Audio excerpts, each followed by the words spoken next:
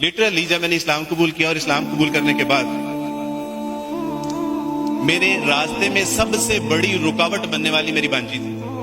अच्छा। हाँ जी।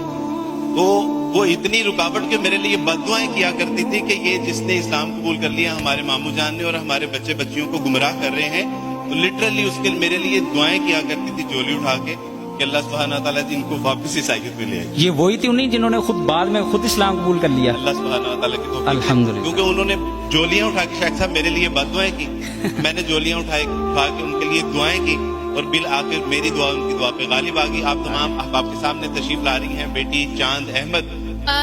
मैंने अपनी 25 साल जिंदगी जो थी वो क्रिश्चियनिटी में अच्छी खासी प्रीचिंग में गुजारी। मैं चर्च में प्रीच करती थी, कलाम पेश करती थी।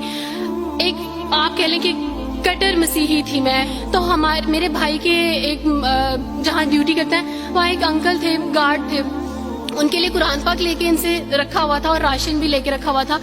और मैं उस कुरान पाक को ना छुपा छुपा के अपनी सेफ में रखती थी और डरती थी कि किसी दिन मैं इसको खोल ना लूं। अक्सर एक दो दफा पकड़ा कि खोल के देखूं तो सही, कोई ना कोई गलती तो होगी ना इस कुरान में भी। ये तो बड़ी बातें करते हैं बाइबल के बारे में, कुछ ना कुछ तो होगा। लेकिन अब यकीन जाने एक डर था कि जिस दिन मैंने इस कुरान को पढ़ा मैं इस कुरान को अपना दिल दे बैठूंगी। और वही हुआ कि जब मैंने कुरान पढ़ा तो मैं इस पर ईमान लाए बगैर नहीं रह सकी। एक रात वारिस मामू को कॉल की और उनसे कहा कि 2 बजे का लगभग टाइम था और इनसे कहा कि वारिस मामू मुझे आपसे जरूरी बात करनी है। तो इन्होंने कहा कि क्या बात है बेटी, कोई जिंदगी मौत की बात है? तो मैंने कहा कि ऐसे ही समझ लें, मैं रो रही थी। तो इन्होंने कहा कि सब खैरियत है। तो मैंने इनसे कहा कि बस बगैर कुछ कहे आप मुझे कलमा पढ़ा दें, वारिस मामू पढ़ा दें। और मैंने इनसे 5 मिनट का यानी स्पेस ली कॉल पे और 5 मिनट में मैंने दुआ की। लेकिन उसके बाद मैंने कहा कि अगर मैं हक पे हूँ, सच पे हूँ, तो बस फिर खुदावंद इसको हो लेने दे। आप यकीन जाने मेरी फैमिली को जल्दी पता चल गया। एक रात मेरे बाबा ने वारिस मामू को घर बुलाया और इनसे कहा कि हम चांद की शादी करना चाहते हैं, आप इससे पूछ दें कि अगर किसी को पसंद करते हो तो हम इसकी शादी उससे कर दें, हम जो है ना वो इसकी मर्जी के खिलाफ नहीं जाएंगे। तो मैंने उनसे कहा कि आप ऐसा नहीं कर पाएंगे। उन्होंने कहा कि नहीं हम कर सकते हैं।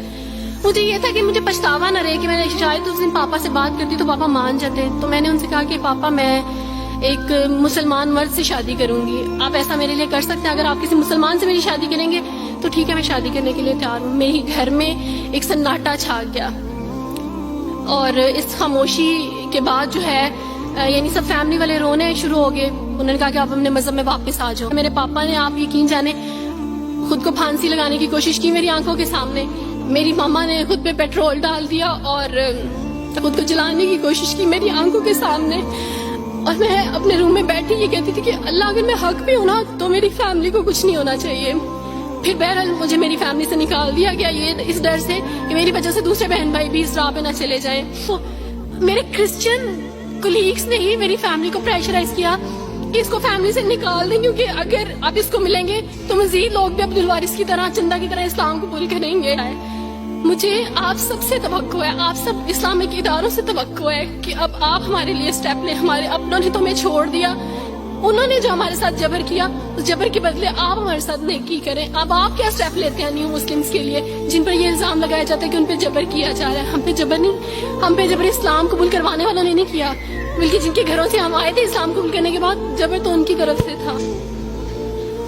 तुम मुवाहिद है मेरी बहन और मेरे दोस्त, you are a monotheist, the last article of God on this planet. आखिरी दलील है तू इस दुनिया के अंदर। ले अल्लाह यकून लिन्नासी अलल्लाहि हुज्जतुन बाद रुsul, तो आखिरी हुज्जत है इस दुनिया के अंदर। तेरे बाद अंधेरे हैं सिर्फ, लपेट देगा अल्लाह इस कायनात को जिस दिन मुसलमान खत्म हो जाएगा। You are the last light in this darkness. और मैं अपनी उस बेटी का, उस बच्ची का गम सुन के रो रहा था वहां पर। मैं उसे कहता हूं और सारी बच्चियों को कहता हूं, जिस दिन तेरे पर्दे की इस्मत करने के लिए एक गयूर मर्द भी तुझे ना मिले ना, हमारे डेरे पे आ जाए इंशाल्लाह, तेरा बाल भी बाका नहीं कर सकेगा कोई इंशाल्लाह अजीज। हम अलल ऐलान जंग करते हैं।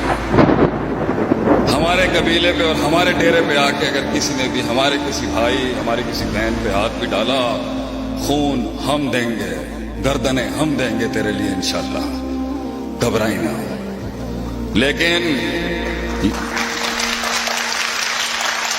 लेकिन दिस इज योर वॉक। मैंने अपनी जिंदगी में गिले नहीं किए कभी, जंगें लड़ी हैं, तनकीदों के बाजार देखे हैं, दुश्मनियां की हैं, दुश्मनियां की गई हैं हमारे साथ। सफर तेरा भी मुश्किल है, हर इंसान का सफर मुश्किल है।